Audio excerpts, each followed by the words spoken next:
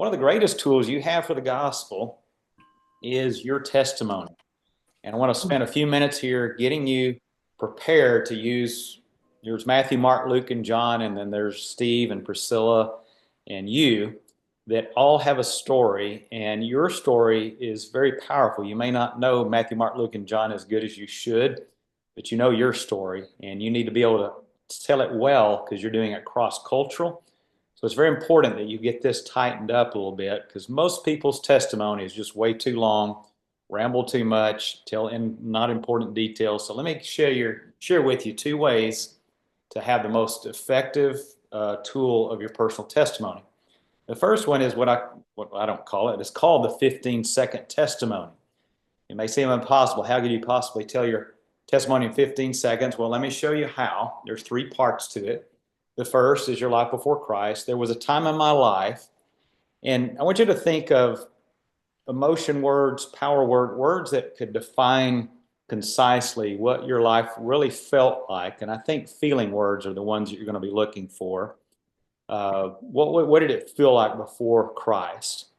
And then how you came to Christ. I'm going to give you a simple sentence that you can say it however you want, but I'm going to give you a way that's pretty effective.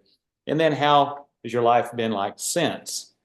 And it should be in correlation to what was life before Christ. So let me give you my 15-second testimony. And the first part I would say, there was a time in my life when I was fearful of going to hell and had no purpose. But I put my faith in Jesus, began to follow him, and now have assurance of my salvation and eternal purpose. Has anything like that ever happened to you? So what I just did, my two key words were, I was fearful of hell. I guess that's more than one word, and purposelessness. Yours maybe it was addiction. Maybe yours was depression. Maybe yours was loneliness. Maybe yours was, you fill in the blank. But your life without Christ was empty, and you need to figure out what words best describe your life before. And then as far as how you came to Christ, it's the simplest way I know to say it is I put my faith in Jesus and began to follow him. I think that's his concise way, because repentance means not just believing mentally, it means you're going one way, you go the other way. And that's why it's important to say I put my faith in Jesus and begin to follow him. And then afterwards, for me, I have assurance of my salvation, and I have purpose. So this 15-second testimony becomes this incredible skeleton that you can build your 3-minute testimony. Because if you can do it in 15 seconds, you can certainly do it in 3 minutes, and you just flesh it out. But again, it's so important to figure out what's important, what you really need to leave into it. Because again, we want it 3 minutes because your 3-minute testimony cross-culturally is 6 minutes at least, because it's going to double in time and attention spans, and it's just better to keep it tight.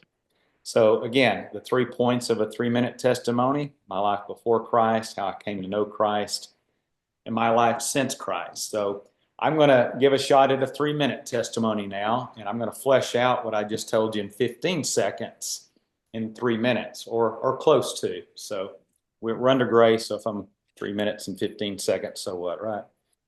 Okay. I grew up in a very religious home. I heard hellfire, brimstone. Jesus was coming back every single Sunday, and I had the fear of God firmly planted in my heart. And that worked well for me as a child, but as I became a teenager, the allure of the world, what I thought was the coolest, the prettiest girls, the coolest guys, caused me to have to compromise a lot of those convictions about how I should live. And after a few years, I was just fully living a party lifestyle. I was drinking constantly, did some drugs, parties, girls, just everything that goes with that lifestyle. And because of my upbringing, I never fully had peace with that. I can remember coming home from partying all night, and the room would be spinning, and I would begin thinking about, I'm going to go to hell if I die right now. And I maybe it was a little overkill as a child, how much I had instilled in me, but fear is the beginning of wisdom. And I'm so thankful for that, because I never could fully embrace that lifestyle apart from God. I literally remember being in a club one night, and it was a Sunday night. And I always went to church on Sunday nights growing up. And I just remember being convicted, this is not who I'm supposed to be. And that night was really a turning point in my life that I decided this is not who I am. And I know I had praying parents and grandparents that were in the background. There was this young lady that I dated that really had a lot of character. I was attracted to that, started dating. We got married. Outwardly, I really straightened up a lot. All the partying had gone, all the craziness that I was involved in. And outwardly, I'd really straightened up a lot, but there was still an emptiness inside. In fact, our first year of marriage was really rough. We called it the marriage from hell. We pushed, we shoved, we cursed, didn't know we were going to make it. And I'll never forget, I was taking a shower one day, fell to my knees. I just cried out to Jesus. I said, please take control of my life. And I got out of that shower, and I'd made commitments to the Lord before, but I really I wanted life change. And for the first time in my life, I really began to read the Bible for myself. I got where I was reading about an hour a day, and I'll never forget, this was about 6 months in. For the first time in my life, I felt this weight roll off my heart, and I finally understood I am saved. Jesus did everything on the cross for my salvation. It's not anything I can earn. It truly is a gift. And from that day on, that's been 40 years ago, I've never doubted a single day that I belong, I'm a child of God.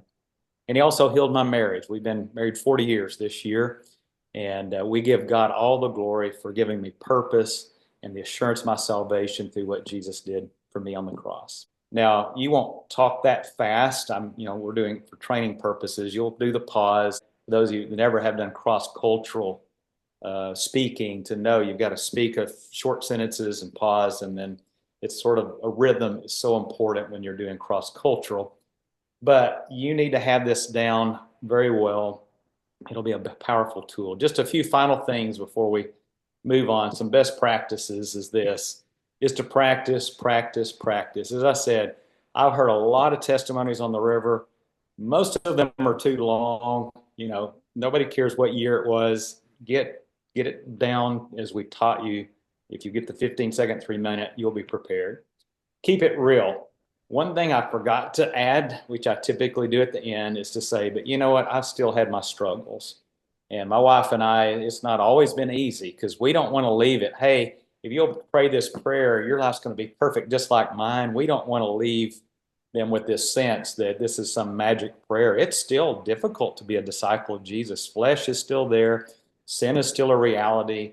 We're still selfish at the core. We're being sanctified daily. So it's very important to not create some unrealistic view of they need to hear your humanity, to know that you still are a human being and that we still need Christ every day. Don't preach. A number of times people want to preach in their testimony. There's a time for preaching. If you're asked to do your testimony, that is not the time, okay? If we're preaching, there'll be somebody assigned to do that, but sometimes people, instead of talking about themselves, they want to go preach, and I get it. I'm a pastor, but fight that temptation. If you're asked to give testimony, give your testimony, keep it closed on that, because more than likely you're transitioning to somebody that is going to preach or is going to share the gospel.